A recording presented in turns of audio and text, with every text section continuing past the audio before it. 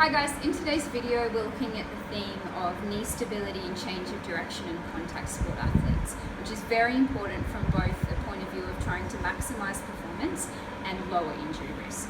So from a performance point of view, better knee stability and just better stability across the lower limb in general will ensure much more efficient change of direction manoeuvres, quicker footwork, as well as quicker acceleration out of change of direction because we have a lot less force lost. From an injury prevention point of view, addressing knee stability will just make sure that the knee is a lot better equipped to handle those side impacts in particular, as well as just reducing the risk of all the injuries that occur in tackles, falls and change of direction. So from a conditioning point of view, we obviously need to make sure that the athlete is match fit, strong, powerful, good acceleration, and all of those things which are key performance indicators. But there's a couple of other things that we need to take into account in the programming if we're looking at developing good knee stability as well. So secondary to that, we also want to make sure that all the major muscles are developed through their full range of motion.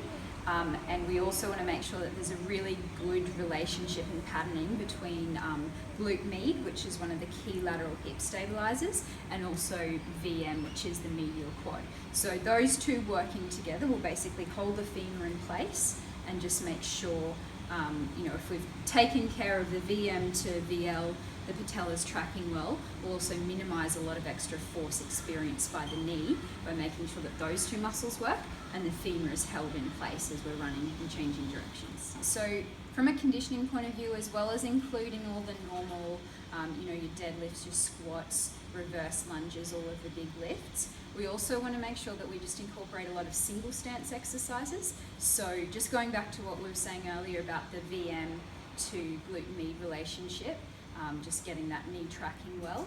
Single stance exercises can be really good for promoting that movement pattern. So this is where pistols, the exercise of the week, comes in.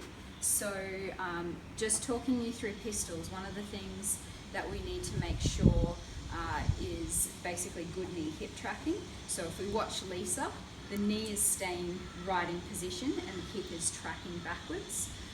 So different to sprinters that we looked at last fortnight, sprinters will maximize hamstring engagement.